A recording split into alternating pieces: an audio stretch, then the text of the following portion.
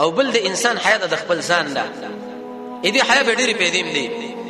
یو پیدا علماء دا ذکر کړی دا چې دا د ایمان یو خوې دی انسان په انسان کې موجود شو دي خوې د وجنه رب العالمین د جنت لبوش دویم انسان د حیا د وجنه د ګنا نه منع کیږي دریم شکل په انسان کې حیا وي دي چې انسان مدنه کې په طرف باندې مخوړان دي څلورم د انسان په دنیا او د آخرت د شرم نه بچ کړي شي او پنځم دا د ایمان د شعبونه یو لوی شعبه ده او شپږم د انسان به همیشه عزت مني ومه پیدا علماء دا ذکر کړی چې دا د انسان د طبيعت په پاکوالي باندې دلالت کوي چې بده کې حیا ده او چې کله په انسان کې حیا نه دا دلیل به دې خبره باندې چې داغه د طبيعت ګندري اتم دا د انبيو د صفاتو یو صفت دی چې په انسان کې موجود شي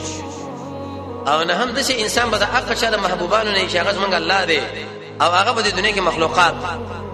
لسمه پیدا به علماء دا ذکر کړی چې محمد رسول الله ډېر ترغیب ورکړی دی د دې وجنه معبد ابن کعب الجهني نقل دی لباس التقوى الحیا و د تقوا جمع چې دا هغه حیا ده نو موږ تاسو د محمد رسول الله د حدیث نه خبره معلومه کړه چې 380 خوونه دي رسول الله فرمایي چې دا په عیسی بچا کې موجود شي دا انسان په جنت ور داخليږي نو پاګه کې ماولنه خو ویلې حیا الله رب العزت موږ تاسو یقیني او کامل حیا والا انسانان جوړ کړي